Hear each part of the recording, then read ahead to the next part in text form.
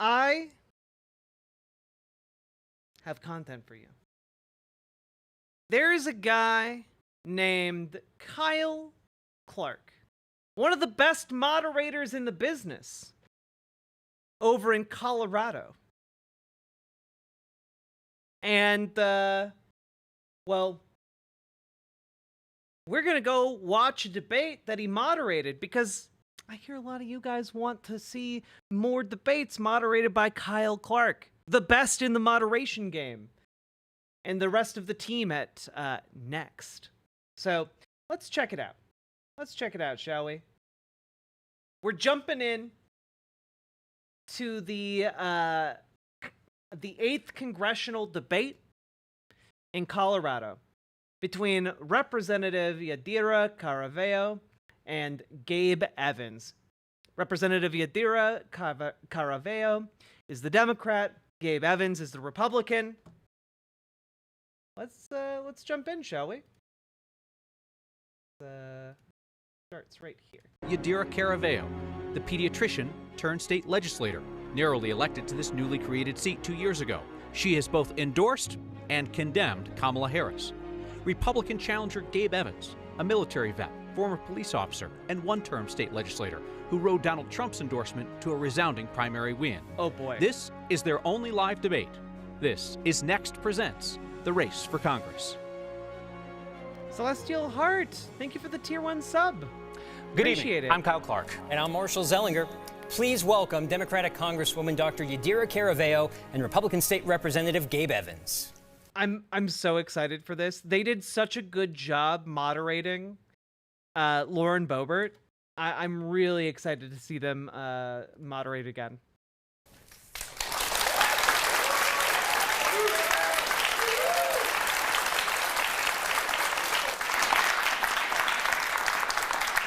That will be the last time you hear applause and any titles, educational or otherwise, used in this debate, as you, the voters, will determine who will hold the title representative. The candidates have agreed to a couple of simple ground rules in advance. We will have 1-minute answers, rebuttals, and continued discussion at our discretion. 1-minute closing statements. We only have 30 minutes, so let's get started on the issue of immigration. Donald Trump will campaign Friday in Aurora, which he has falsely claimed has been taken over by a Venezuelan gang. Trump said that getting the gang out of Aurora will be a bloody story. He calls the city a war zone.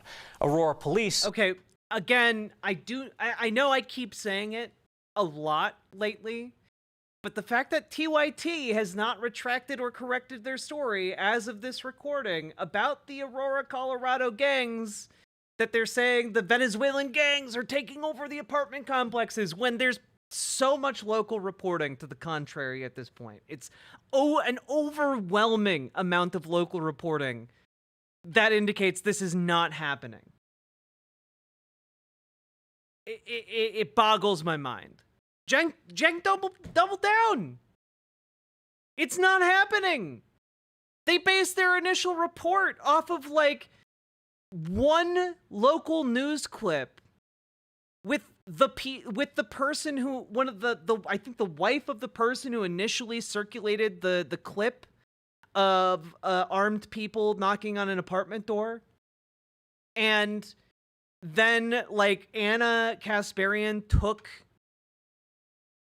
at face value a councilwoman who's trying to angle for Donald Trump's endorsement, and then like the other piece of information that they used was a statement put out by the lawyers of the landlord's company, like the landlord company, like in order to try and avoid legal liability for their disrepair, their level of negligence and disrepair of the buildings they owned and operated. So like, it really is shocking to me. And like, this story has continued to escalate, and we have now found out and confirmed that none of the people in that initial video of armed folks knocking on doors were members of the gang that had allegedly taken over the buildings, according to Republicans. Wild stuff. Anyway, if you're interested about that, I put out a video like a week and a half ago going over all that over on my YouTube. say that the gang's presence is small and isolated. 10 members identified, 9 arrested. Trump says he will begin the largest deportation in American history in Aurora, Colorado, removing more than what he says is 20 million people from the United States. Mr. Evans, you have said Aurora has fallen. Do you support Trump's mass deportation plan to remove every person here illegally? And given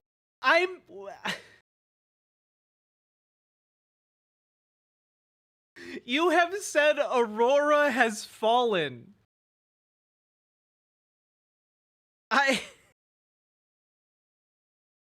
Aurora, Colorado's fine. We have people in chat right now that I'm pretty sure live in Aurora, Colorado. Like, I'm pretty sure, like, I've covered this story multiple times, and we've had community members talk about, like, oh yeah, I know those apartment buildings. Yeah, they aren't taken over by gangs. Like, there are Venezuelan immigrants in Colorado, like, in Aurora, Colorado, too. But, like, they're not all violent gang members. Most of them, in fact, are not. That you have served in local law enforcement, the military, and the National Guard, what do you think about Trump's plan to use all 3 of those forces to do it?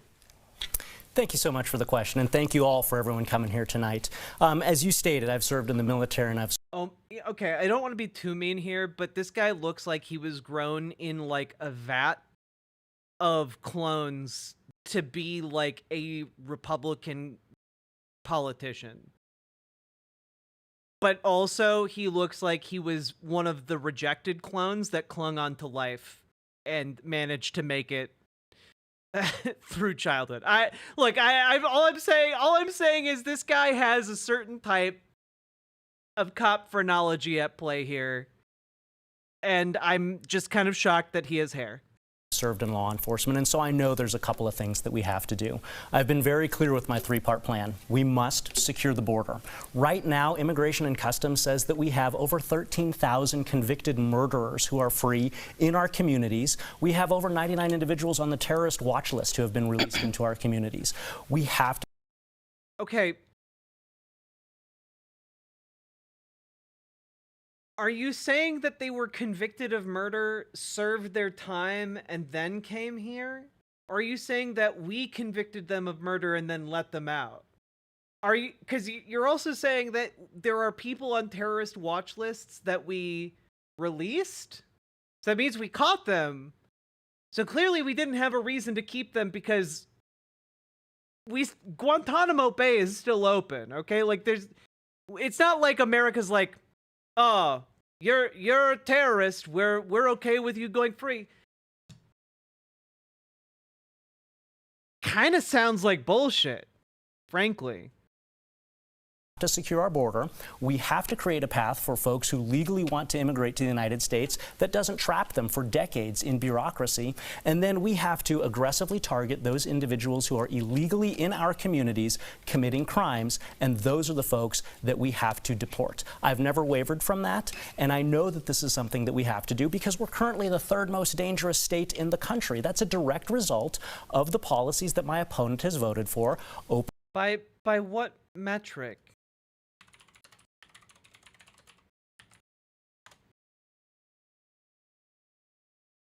Like, by what metric here? I just...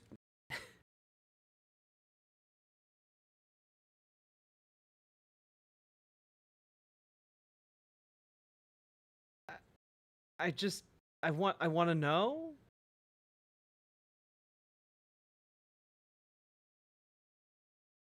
Like, most dangerous state by what metric? Because I looked up this list and it's talking about murders, and Texas was number 3. So I don't know what you're talking about. When it comes to murder, Colorado wasn't even in the top 10. Like, what are you talking about, man? Open border policies, defund the police policies, policies that make it illegal for police in Colorado to even call Immigration and Customs, and I can fix it. Want to make sure that we've got a clear answer to whether or not you support Donald Trump's plan to deport every person in this country illegally. He describes that as 21 million people or more. I heard you say deport people committing crimes. Do you support Trump's plan to deport each person? God, I love Kyle Clark and his follow-ups. We need to empower our law enforcement to be able to deport those folks that are committing crimes in our community. Once we start to enforce the laws, then I think what you'll see happen is those folks who have cut in the line will step back into the place in line that they should be, that they should have been in. But there's no plan. Like if you're here illegally and you haven't committed any other crimes, there's no method for you to step back into your place in line. That's not a thing you can do because there's no pathway to citizenship. So you're just lying. You're just saying, oh, we're going to start with the criminals and then we'll see what happens. All along. My grandfather earned his citizenship to this country with 2 Purple Hearts in World War II as an immigrant from Mexico. Yeah, but you know that's kind of fucked up, right? Like, you know it's kind of fucked up that you're saying your grandfather had to earn his right to be an American citizen by almost dying twice. And so we have to make sure that we are respecting the folks who did it the right way and not allow folks to cut in line. It sounds like he supports deportation of everyone. Yes, he's trying to make that stance palatable to people who might be on the fence. I'm not certain that I heard an answer to the question. Isn't the Purple Heart being injured? Yes. And if you're being injured in combat in World War II, you're very likely almost dying. Question about whether you support the Trump plan to deport every person here illegally. But you did mention your Mexican-born grandfather, who you often cite in his heroism in World War II fighting the Nazis. Of course, Donald Trump echoes the dehumanizing rhetoric of the fascists that your grandfather fought on behalf of this country.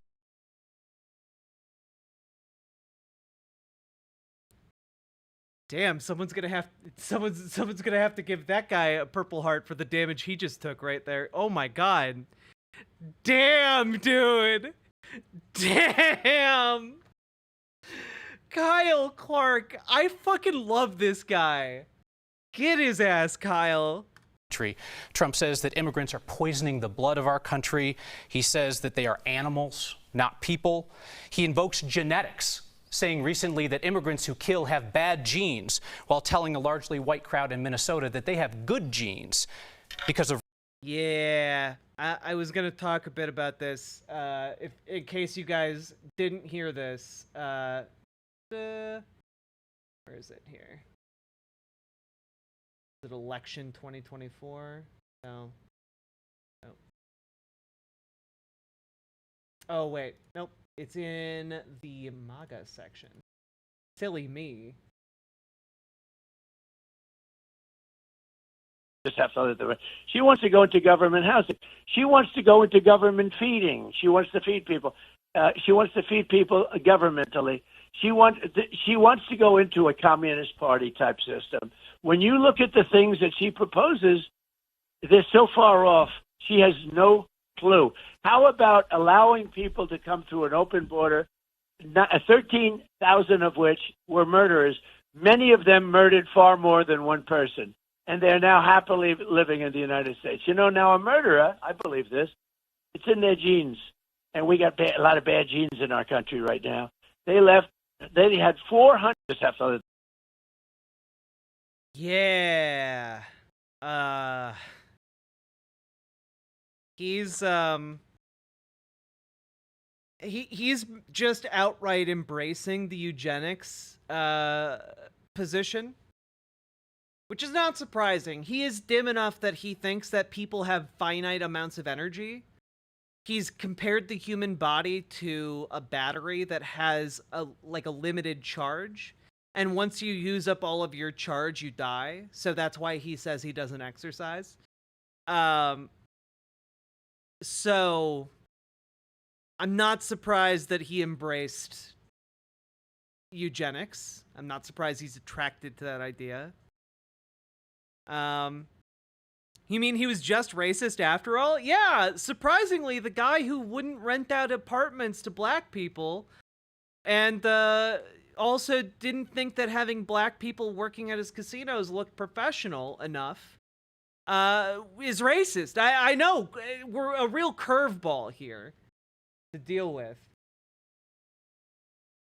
But I wonder if Kyle's gonna go in the direction of, he said that people who kill, it's in their genes. Do you think that he means your grandfather? Your grandfather killed a lot of Nazis, right? Does he have bad genes? Racehorse theory, which involves selective breeding. When you hear Donald Trump, whose endorsement you accepted and celebrate, say those things, what do you think? So, as a state legislator, I was able to get almost 60% of my bills passed down at the state capitol, and that's with me being in a Republican super minority. 19 Republicans. Okay, what does that have to do with eugenics, bro? To 46 Democrats. And the reason that I was still able to get almost 60% of my bills passed is because I can work with everyone on these issues. And I do that because I focus on policies, not personalities. With respect, would you please answer the question, when Donald Trump uses dehumanizing rhetoric about minorities and migrants specifically, what do you think of that? So in the endorsement that Donald Trump gave me, he talked about securing the border. He talked about making our communities safe. He talked about lowering the cost of living. Those are the things that I'm focused on. Of course, I condemn any sort of racist sort of speech. And I would, really appreciate if my opponent could join me in. I love that he's like, of course I condemn any racist kind of speech, but do you condemn this one? That's what you're specifically being asked about. Condemning some of that racist speech. Yesterday was the anniversary of one of the most egregious attacks on the Jewish community, and I didn't see anything on my opponent's social media talking about that. In fact, both of you actually acknowledged it yesterday on social media, but just to clarify, when you say that you condemn racist statements, Kyle is so on top of it, it's unreal. The level of moderation is sublime. This should be every debate. Nice try, liberal. Are you talking about those statements, those dehumanizing statements by Donald Trump? I've always condemned any sort of racist statements. Are you willing to say that Donald Trump's statements are racist? I've always condemned racist statements. Thank you. Along those lines, Mr. Evans, a yes or no question here. Will you appear alongside Donald Trump at his rally in Aurora if you are invited? I found out about that rally last night via the news media. I have as much information as anyone else in this room. But if you were invited, would you say yes? I have as much information as anybody else in this room. I have not been invited at this point. Let's say you say yes. Would you correct any false statements in front of Donald Trump that he were to make about Colorado? I always stand for the truth. Again, this is why I've got 60%. Notice how he's never willing to say, yes, I would correct any wrong statements made. Notice how he's not saying yes or no. Like, he's just giving these circuitous NPC answers. It's honestly, it feels like we're at the end of a dialogue tree, and he's just repeating the last phrase the NPC is programmed to say. My God. Of my bills passed, being in a super minority. This is why I've got 2/3 of the mayor. Oh my God! He's repeating another one of the talking points. He said like 3 things. This is like playing with a Tickle Me Elmo. Oh my God! In my district that have thrown their support behind me. Thank you, Mr. Evans. Ms. Caraveo, Mr. Evans is running an ad that says the unsecured border is allowing drugs and crime to flow into Colorado, and you're responsible for all of it. What responsibility do you and Democrats have for the damage done by the surge in illegal immigration during the Biden administration? And how should the federal government help Colorado deal with the impacts on everything from health care to education? Well, first of all, thank you, Marshall, to you and to Kyle for having this debate tonight, and thank you for the audience for being here. It has been my honor to serve as the member of Congress for the new 8th Congressional District for the last 2 years, and I do that as the culmination of the American dream that I have been able to live here, with 2 parents who are immigrants, a dad who worked in construction for 51 years to put 4 kids through college. I was able to go through medical school and then see the issues that my community was really struggling with. Immigration is one of the issues that more needs to be done on by both parties. It's been 40 years since there has been any comprehensive immigration reform, and both Democrats and Republicans have been in charge since then. I've spoken truth to Kamala Harris on that in a resolution. I have introduced a package of bills that is bipartisan to look at the issue, and I'm not standing with a racist like Donald Trump and touting their endorsement and the really damaging language that they use against immigrants. I mean, I just want to give you the opportunity. He says you're responsible for all of it. What responsibility do you have? My responsibility was introducing legislation, which I did, that looks at securing the border, making sure that we're stopping the flow of fentanyl, that we are funding interior cities like. See, now this is what I will say, right? Like she's very nervous, but also like when it comes to border issues, there's a reason why we generally only talk about the border during election years, and that's because frankly, it isn't this life or death issue. You know, for the most part. You know, like fentanyl comes in via like 98%, 95% of fentanyl comes in thanks to legal citizens of the United States bringing it in, you know? And also, it's used at hospitals. It is a thing already used. And on top of that, one of the reasons she's talking about border issues is because, again, people respond to the media environment that they exist in, right? And unfortunately, we live in a society where it is extraordinarily easy to drum up fear, and conservative media just ratchets that up to like a 20 out of 10 during an election year. And so, and all of that tends to be focused on immigration. And so even if you're just through osmosis, learning about politics from like pop culture or whatever, you get the impression that there is something wrong with the border. And so then even the Democratic candidate is being asked to respond to border issues when they live, this is Colorado, guys. Like, it's Colorado. They have immigrants in there, but every state has immigrants. Like, my family, several generations ago, immigrants. Every state has immigrants. Immigrants are the bedrock of America.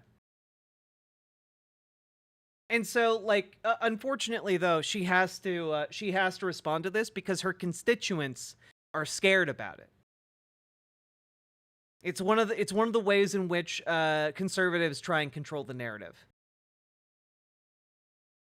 Denver, and that we are treating people humanely when they do come to this country. That package has not been moved by the Speaker of the House, who has endorsed my opponent. There was a bill from the Senate that was supposed to be coming over to the House. Donald Trump decided that he would rather run on the issue of immigration than give me the opportunity to vote on it. I would have voted for that package, but he decided, and Mr. Evans probably agrees with, the immigration is best left to be a campaign issue and not something to be solved. Thank you, Ms. Caraveo. Ms. Caraveo, it would appear that your views on immigration and border security have changed significantly in the last couple of years. 3 years ago, you called for the defunding. Yeah, like exactly forlorn, 79. Like, it is rare for Democrats to actually talk about the positive aspects of immigrants and immigration because so many people in their constituency are wired to view immigrants bad by conservative media broadly. Like, the actual facts overwhelmingly show that immigration, both documented and undocumented, help America. They make America wealthier. They help all of us. They raise wages in communities where they work. Like, it's literally like a net positive on almost every single level. And unfortunately, most Democrats don't have the spine or don't believe that their constituents are willing to accept the reality of the situation. Of Border Patrol and ICE. And then this summer, you joined Republicans in strongly condemning Kamala Harris specifically and the Biden administration more generally for failing to secure the border. What caused you to so drastically change your views on immigration in just a few years? I mean, part of it probably has to do with her being Latina and needing to, you know, get a bunch of white people in Colorado to vote for her, honestly. I think the country has changed, and we've seen a crisis that both parties have set up and not offered solutions for. And so, as a member of Congress from a district that is very evenly divided, it is my responsibility to portray the opinions of my constituents. And I've done that by being the 8th most bipartisan freshman member of Congress. I've done that by passing. You know, I would have maybe workshopped that a little bit more. Like, the 8th most bipartisan doesn't sound good. Like that doesn't sound like something you'd want to brag about. The first law that a freshman member of this Congress passed last year. And I've done that by introducing a bipartisan package around immigration reform and many other issues. And so really that is the way that I am approaching this issue and many other issues, making sure that I'm truly representing the people of the 8th District. So it sounds like you're drawing a distinction between what you believe about immigration and border security and what you believe your constituents want on the issue. Because of the changes in your position, I'm going to ask you about a number of things that you've supported in the past. And if you would please just tell me briefly whether you still hold those positions. If you want to differentiate and say, I still hold the position, but I'm going to vote against it anyway because I think that's what my constituents want, feel free to say that. But let's try to get folks some clarity because of the changes that have happened. In 2021, you called on the Biden administration to divest from immigration enforcement agencies like ICE and CBP. Is that still your position? My constituents do not believe that, and so I would vote against that. Is it still your position? Do you still believe that that's the right thing to do? My job is to represent the 8th Congressional District, and that is what I'm doing every time that I vote. In 2019, you sponsored a bill prohibiting local law enforcement from cooperating with federal immigration holds in Colorado. Do you? I do really like that Kyle Clark and the moderation team ask both sides tough questions. I think everyone in a position of power should be asked questions that are hard. And I think that if you are seeking that power, you should also be asked hard questions. I like this. I like this so much. Still believe that Colorado law enforcement should be barred from working with immigration agents? It shouldn't be up to local law enforcement to do what the federal government has failed to do. That sounds like a yes. You still hold that position. The local police officers should not be enforcing laws that the federal government has not reformed. In 2021, you sponsored a bill that allowed the state to award contracts to companies that knowingly employ people who are not in this country legally. Is that still your view? I will vote in keeping with what the constituents of the 8th District want me to, and I think that is taking a balanced approach to people that immigrate here legally and illegally. That did not answer the question at all. In 2021, you sponsored a bill that allowed the state to give contracts to companies that knowingly employ people who do not have legal authorization to work. Do you still believe that's the right thing to do? I have not had a bill presented to me since then. In 2021, you sponsored a bill that opened up taxpayer-paid public housing to people here illegally. Is that still your position?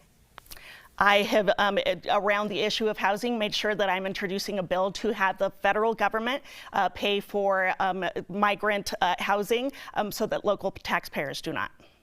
Well, local taxpayers pay federal taxes, so it's still their money. Yeah, but a disproportionate. Kyle is so on the ball. He's so quick. I love it. I love it so much. Hard men should be asked hard questions about hard things like muscles. True. Proportionate amount, it should not come onto the taxpayers only of Denver. Okay, thank you. A yes or no here before we move on to other topics. Republicans and Democrats put together a bipartisan border security bill in Congress. Some key points to that bill included emergency closures to the border if there are too many crossings and speeding up a... Yeah, no, well, Kyle Clark, Catalina Gearbox, Kyle Clark does have a show. It's called Next, and we've watched clips of it. It's actually the one we're watching right now. This show is called Next with Kyle Clark. But I do think that Kyle Clark should be bumped up to the big leagues. I want to see this interview style and this like moderation style be the mainstream. This should be the bar of American journalism. Kyle and I forgive me, I don't know this guy's name, but I do like that every time we've seen him, he has like a little tie clip that is a pair of glasses. I do like that. I appreciate the consistency, but I think that both these guys should just moderate every debate. I think they do a wonderful job. Asylum approvals and denials. That bill failed after Donald Trump told the Republicans to oppose it. I believe, Ms. Caravello, I already heard you say you would vote for that same bill if it came up again. I would. Okay. Mr. Evans, would you vote for that same bill if it was presented if you were a member of Congress? So what that bill did was require or allowed up to 5,000. Let's start with yes or no. Media Breakdown, thank you for the $5 super chat. I love these questions and follow-ups.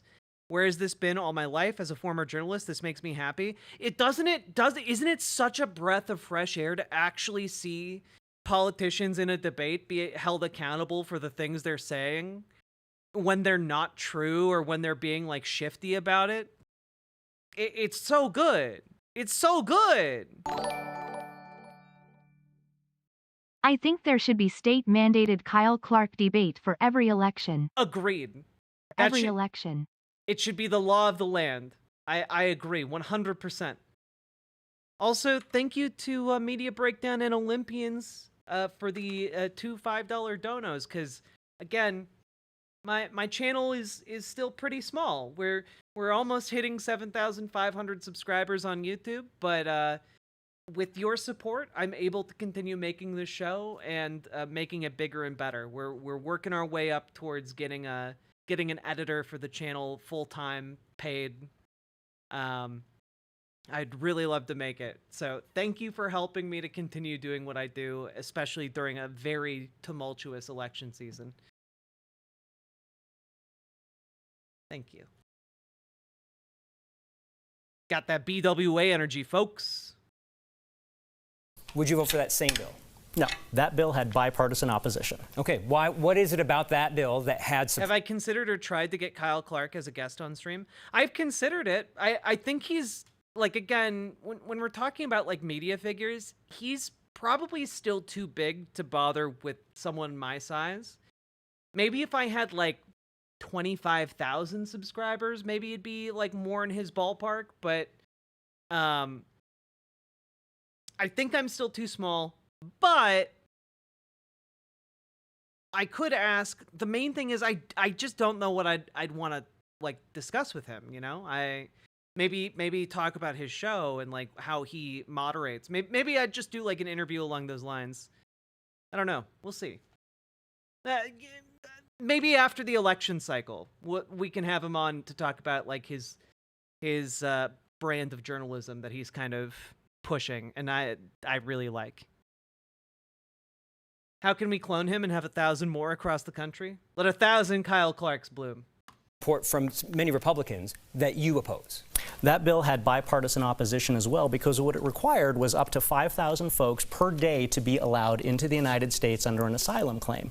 What that does is that allows 1.8 million newcomers into our country every year through the asylum program. It does not actually work to solve the issues, and what it does is it takes the Border Patrol off of the border and moves them into an administrative role where they're not actually securing the border. Wait, but the administration role is like the important part. They need to be able to track who's coming in. That's literally their job. Their job is not to like physically restrain every person who sets foot on American soil who might not be a citizen. Like if they're coming through and seeking the asylum process, that is a legal process that they have to respect. That's actually good. Filling out paperwork instead of protecting our country. We need more Border Patrol agents, but we need more Border Patrol agents actually on the border securing the physical... Well, again, what is the problem? Like, if this guy... Oh, man, what a freeze frame here. If this guy's problem is immigrants being undocumented, then he should be in favor of Border Patrol documenting the immigrants. That document is literally part of that. The bureaucracy is built into documenting the immigrants. But something tells me his main problem is the immigrants. I think you should discuss debates and journalism in the modern era of social media. Now streamers, YouTuber, and legacy media can help each other with providing information to the public. Yeah, maybe. I would love to just pick his brain, I guess. I'm just worried I would I'd beef it a little bit, you know? Uber. physical boundaries of the United States. There was math that would have allowed the border to be closed for emergency reasons that wouldn't have gotten anywhere near 1.8 million, but thank you for your point there. Let's move to the economy and housing affordability. Both Donald Trump and Kamala Harris have proposed tax cuts, but have different approaches on affordable housing. Neither has fully explained how to pay for their proposals, so let's go with what we do know. The centerpiece of Trump's economic plan is across-the-board tariffs, 60% on goods from China. Yeah, exactly. I feel like when people say it doesn't solve the issue, when someone says we should document immigrants, I'm pretty sure they mean they just don't want immigrants at all, and that's the nice way. Yeah, exactly. 20% on other imports. I'm incredibly confident in your abilities to a good host. Well, thank you, Olympians. I think I'm relatively okay at talking with people. I'm not hopeless. The main thing is, I usually, if I want to talk to someone, I want to have a clear topic in mind. And so it's not just like 5 minutes of chat and then like awkwardly sitting around for another 10. I think it'd be fine. But like, you know what I mean? There's that fear there that there's not going to be the back and forth you want. And also, not going to lie, a little bit intimidating. He's a little bit intimidating. He's so quick.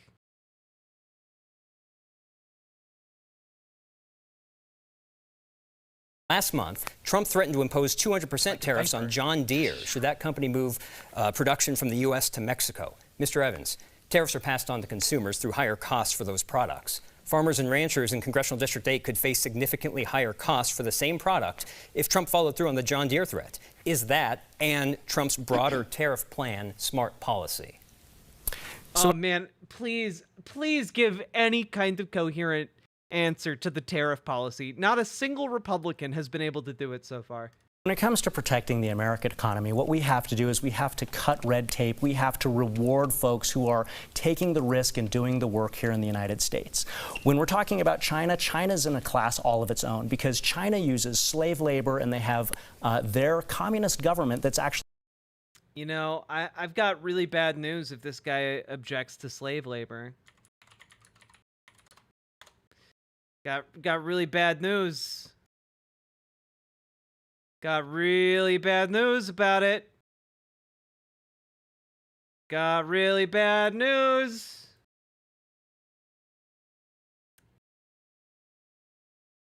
Our nation incarcerates more than 1.2 million people in state and federal prisons, and 2 out of 3 of these incarcerated people are also workers. In most instances, the jobs these nearly 800,000 incarcerated workers have look similar to those of millions of people working on the outside. But there are 2 crucial differences. Incarcerated workers are under the complete control of their employers, and they've been stripped of even the most minimal protections against labor exploitation and abuse. You know, like slaves. Actually supporting their industries. And that, by the way, in case any of you are curious about that, that comes from an ACLU report that was released in 2022 that you can check out in the link I just posted in chat. So we need to make sure that we are holding China accountable for their dealings in the international community, and we're not allowing them to take over certain sectors of our economy because they're not on the same playing field. They're literally getting support from their government. So when it comes to China, I strongly I want to make sure that we are holding China accountable for how they do their dealings. That protects the American workers. For protecting American workers, we need to cut the red tape. We need to ensure that they are able to do their job here without the punitive regulations, many of which my opponent has sponsored. She brought the most damaging bill in a decade for farmers and ranchers in the 8th Congressional District. That addressed the broader plan, and just a very quick answer about the John Deere threat. Is that fair to the people of Congressional District 8 if they had to pay more for the same product under that threat? So we need to make sure that we're creating a positive environment here in the United States so that we don't have to have threats like that, so that we can have American industry and American economy empowered here Just turn that frown upside down, fellow worker. In the United States. When we actually cut that red tape, you don't have to have that threat to But in the John Deere. meantime, that threat is there. Thank you for the answer there. Ms. Caraveo, Kamala Harris is calling for increased taxes on large corporations and on Americans making more than $400,000 per year. Is that also where you would draw the line? And please be specific. Who should pay more in taxes and who should pay less?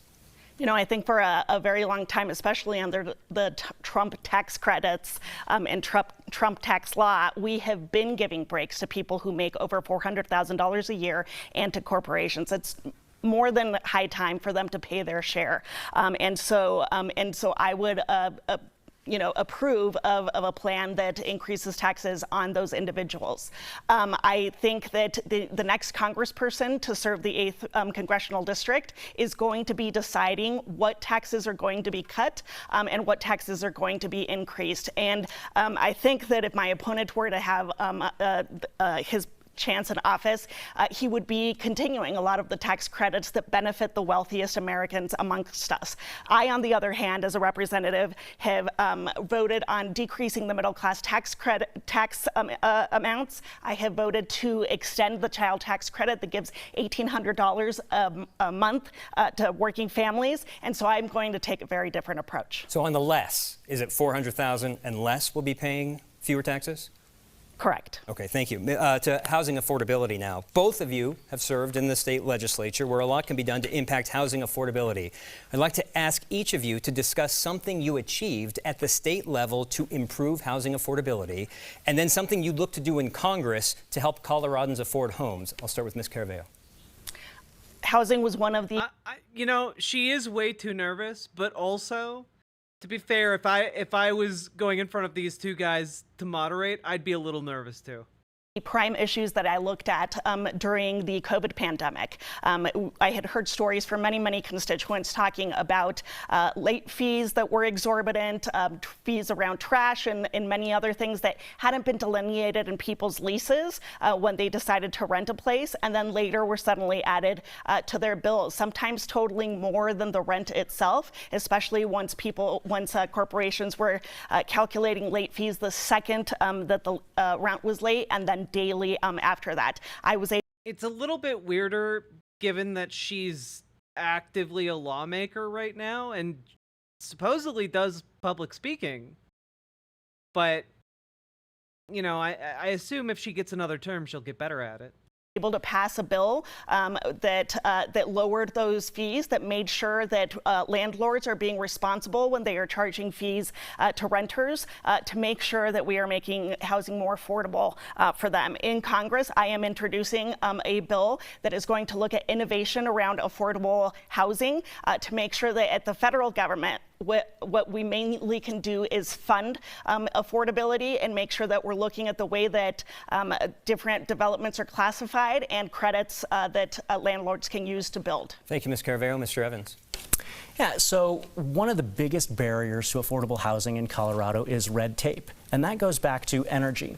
When energy is expensive, then it's more expensive to get a load of 2x4s. It's more expensive to drive that load of 2x4s to the market. It's more expensive to put the house together. When there's red tape around housing construction, as we saw in the aftermath of the Marshall Fire, where the rebuild costs were significantly higher than anticipated because of all of that red tape, all of these things contribute to a higher cost in housing. And the fact is, one party, my opponent's party, has controlled Colorado with majorities in the House, the Senate, and the governorship for the last 6 years, and houses are not more affordable. Things that I've accomplished in the legislature are fighting that red tape. I'm proud to be endorsed by the National Federation. I mean, part of that problem is that it's not just a state level issue, it's a national level issue. But like I do understand, like this here is a savvy move if you're in his shoes. Pointing out that like they had a supermajority and the problem isn't fixed, like that is an effective way of pointing out that your opponent has, there's some sort of failure on the part of your adversary political party. Of independent businesses. So that's the voice of small businesses in the United States, because I fight for jobs. I fight for our small businesses, unlike my opponent who has voted against those businesses 75% of the time. That's how we make housing affordable. In what way? Like, oh yeah, she wants to kill small businesses. In Colorado. Thank you, Mr. Evans. Let's discuss access to abortion. Mr. Evans, in 2022, 2 years ago, you told a conservative group that you support banning abortion except to save the life of the mother, no exceptions for rape or incest. Is that still your view today? And if not, can you explain how your view has changed in the last 2 years? Yeah, so I know the survey that you're talking about. That was a check block survey that had two options, one pro-life, one pro-choice option. I'm pro-life, so I selected the pro-life. To clarify, that same survey allowed you to clarify and add comments to your remarks, and in fact you did on a question that was on the same page. If you felt like an exception for rape and incest was appropriate, why not add that in a comment, as you did to clarify and answer a short time later? So here's my position, and I've said it. My God, Kyle Clark is thorough. That is a level of detail awareness that is very impressive to me. Since day one. Yeah, exactly. Like Somnia Static, it's not just that he even, it's the fact that he even knew that was impressive, but the fact that he knew it well enough to immediately follow up is like kind of breathtaking to me. Since I got into the state legislature, my voting record in the state legislature reflects this.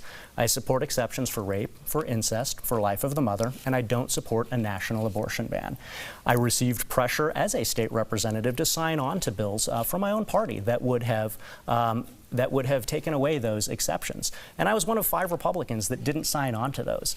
My voting record on this is clear from day one, and so is my opponent's voting record. She voted for abortion up to the moment of birth, no questions asked, and she voted against funding our military because she wanted to use military funds to pay for those abortions. Ms. Caraveo, you've co-sponsored a bill to protect abortion access in federal law and even supported spending tax dollars for contraception for people in this country illegally. So the question is, do you support any restrictions on abortion access? Why or why not?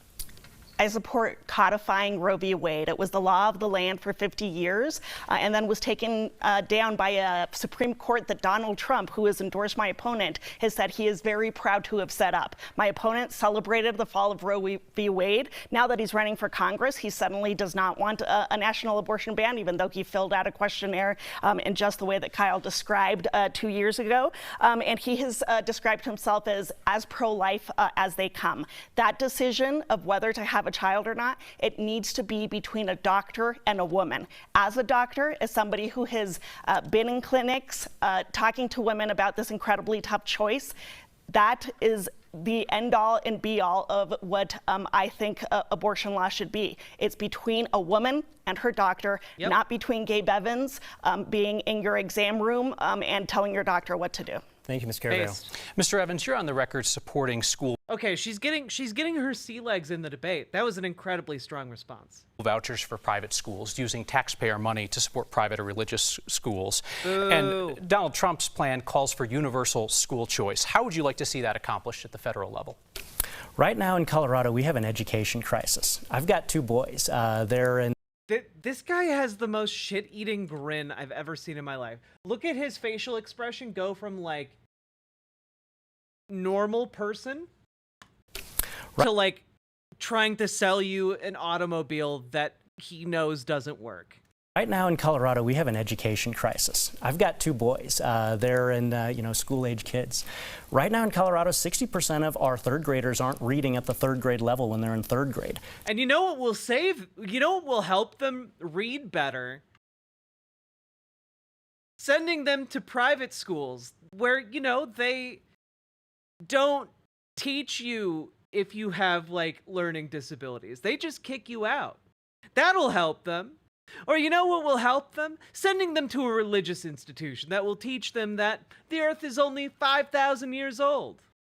Or you know what will help them? Sending them to one of the poor schools. And by the poor schools, I mean public schools that are now woefully underfunded because this is just a way of slashing the education budget and giving handouts to religious institutions, as well as for-profit schools. Crazy! That's what this is. That is what it has always been about.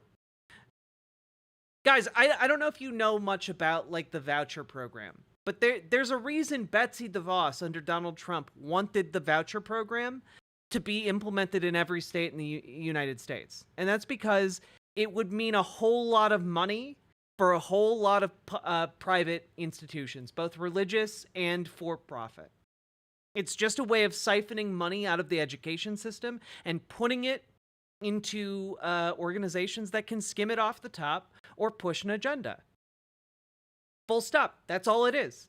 And these these private institutions that are, either for profit or religious in nature, what they do often, and this is mostly true, by the way, of for-profit institutions, for-profit schools, they will pad their numbers. They will accept a whole bunch of students, and then as soon as it becomes apparent that your student might need additional help, they will kick that student out of the school because that student, if they continue, will lower the average scores of the students in the school, and they want to look as good as possible, for other people who want to send their kids there for money that they profit from. Like, it really is that simple. And on the flip side of that, you have religious institutions, and they have more money than God because they get it from their congregants. And if you then add more money on top of that, well, it allows them to put a lot more resources into the school in order to push their ideology. And that can have obviously deleterious effects. If you're going to a religious institution and your kid learns that the world is only 6,000 years old, that has some pretty terrible implications. You could be sent to a world where, geocentrism is being taught. The Earth is the center of the universe. That might sound crazy, but, that's, literally you have creationist museums and schools where they teach, wacky alternate conceptions of the universe, where evolution isn't real, where dinosaurs and humans lived alongside each other. There's all kinds of really weird stuff out there that your kid can be taught if we open up this Pandora's box. Oh, shit. Harold in chat writes, that literally happened with us, more or less. In Arizona, in smaller school districts, charter school funding redirection has just killed public schools. The public school district we are in is shit because of that, so we put our kids in a charter school here because we felt we had no other choice. 2 months in, and the administration basically became antagonistic to one of our That kids is like when a they needed Christian additional fire department support. not putting out the fire because the person owning it was gay, trans, queers. I mean, yeah, kind of Olympians, exactly. It really does kind of boil down to that sometimes. And I'm so sorry to hear about your struggle, Harold, but that is literally how these schools operate. Where if your kid is not performing up to the median standard set by the school, they will just cut you loose or try and force you out of the school in some way. And the issue here is that if that policy is allowed to exist, right? Miss Delibird, thank you for subscribing with Prime. I really appreciate that as well. But if your kid is kicked out of the school and they have to go back to the public school is woefully underfunded. Because here's the thing. Schools have maintenance costs, and those maintenance costs are largely related to how many students are there, and their funding is related to how many students are there. So if suddenly more fewer students are going to that school, it becomes harder and harder to maintain that school and to maintain the services at that school.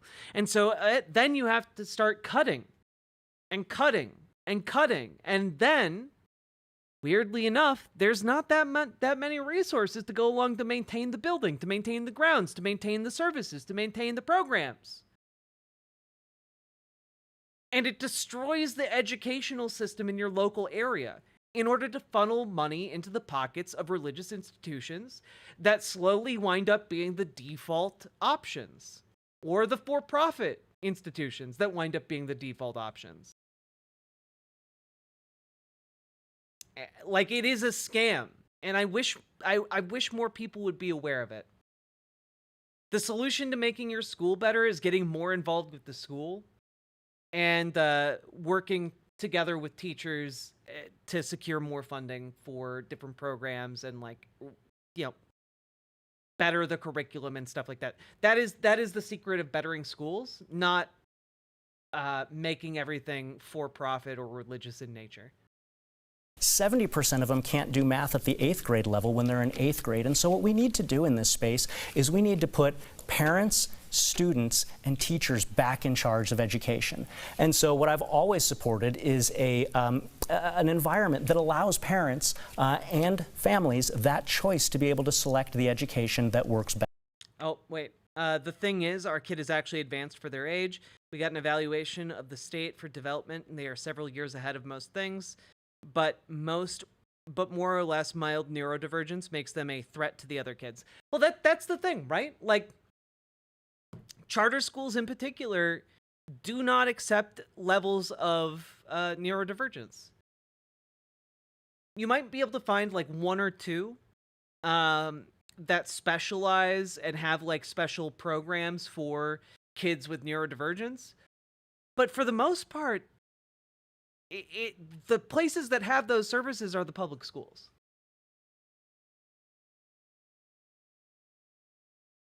Best for them. To me, that means two things. That means parents can see what their kids are being taught, and they can actually select a school that works for them. They're not locked into something that's underperforming just because they happen to live in the wrong zip code.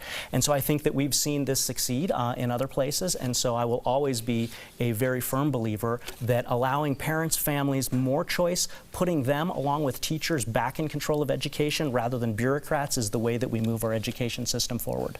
You're a vocal supporter of the Christian homeschooling movement, and you're a member of a Christian group called Heritage Defense, which defends parents accused of beating their children, or as the group describes corporal punishment, quote, following. Fuck Kyle. Get his ass. Let's go. Biblical protocol in the training and discipline of their children. As a state legislator, last year you voted what a gotcha on this one. My God, Kyle. Against a ban on corporal punishment in Colorado's public schools. A brief answer, please. When do you believe that it is acceptable to hit a child at home and at school? This is why we watch Kyle Clark debates, guys. This is why we do it.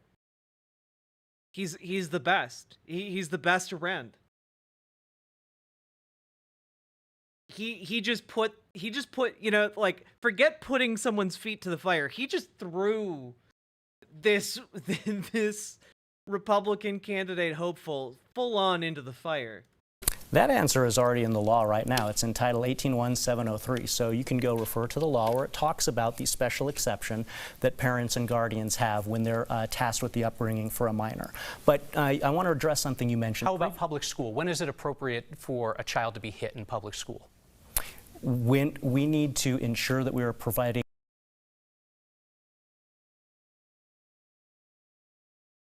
when is it appropriate for a stranger to hit your kid?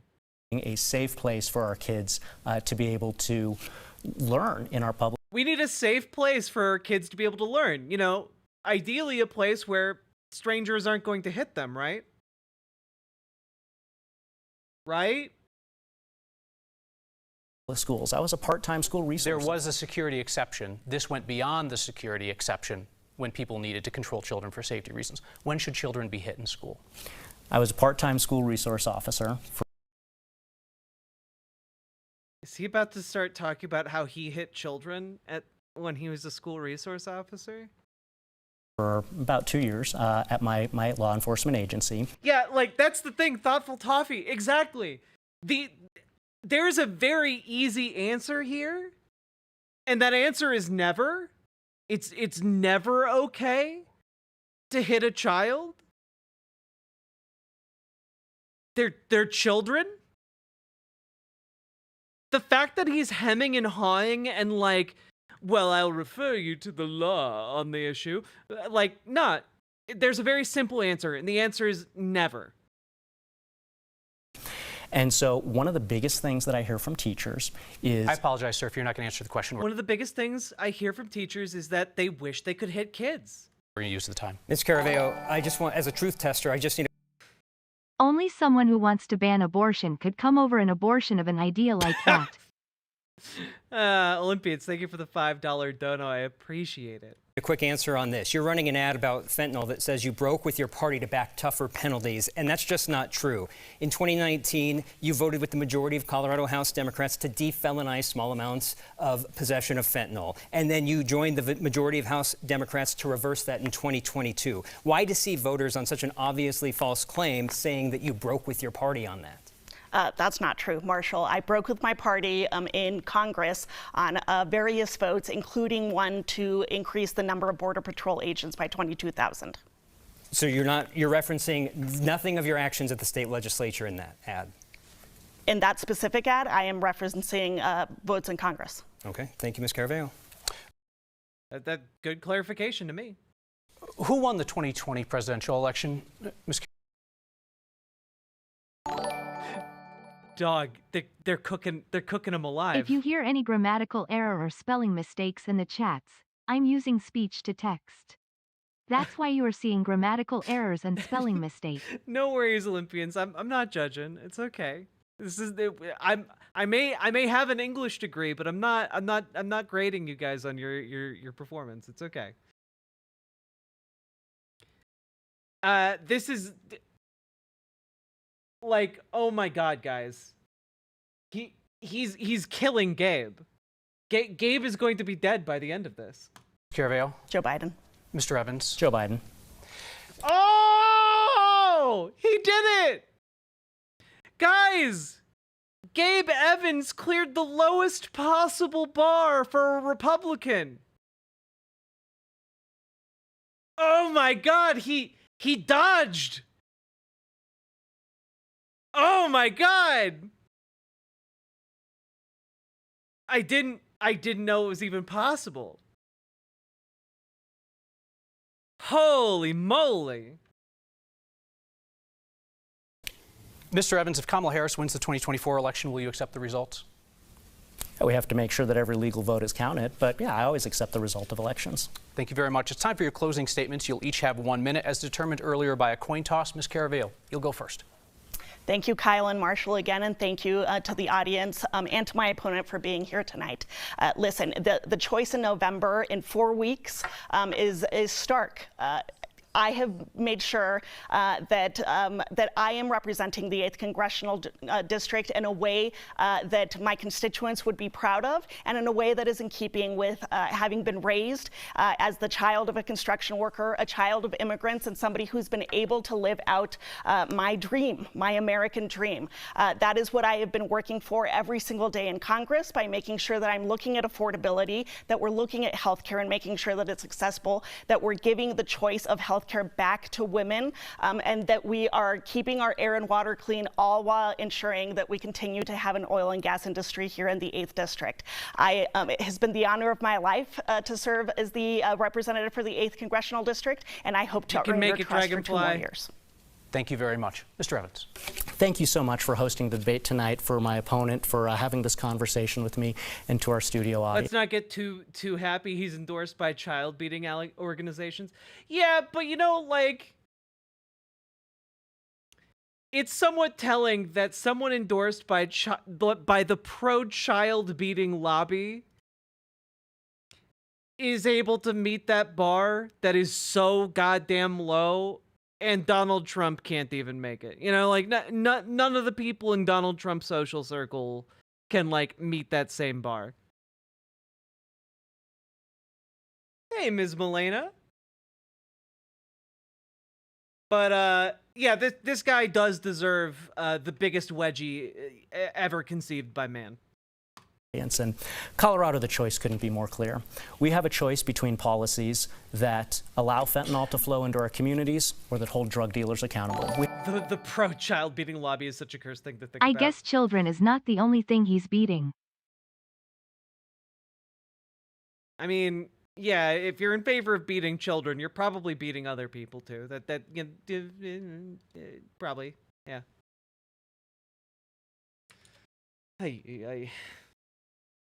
We have a choice between leaving the border open or securing the border.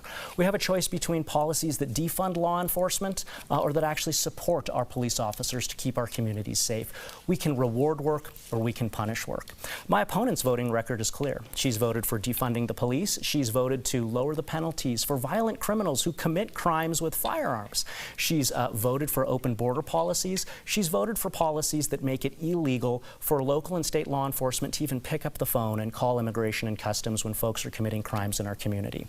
I'm a cop, I'm a soldier, a husband, a father, a grandson of immigrants. I served overseas in a combat zone. I know how to fix these things. I've done it down at the state legislature, and I look forward to doing it in Congress. I would love to earn your vote.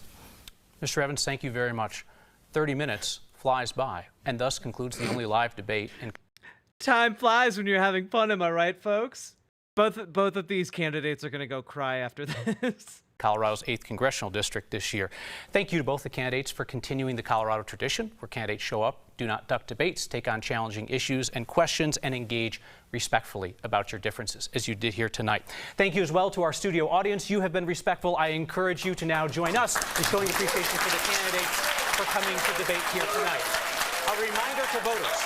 Mail ballots go out in 3 days. You can register to vote and vote in person all the way through Election Day in Colorado. If you missed any of this debate, you can see it in its entirety on 9news.com, streaming on 9 News Plus, and on the 9 News YouTube channel.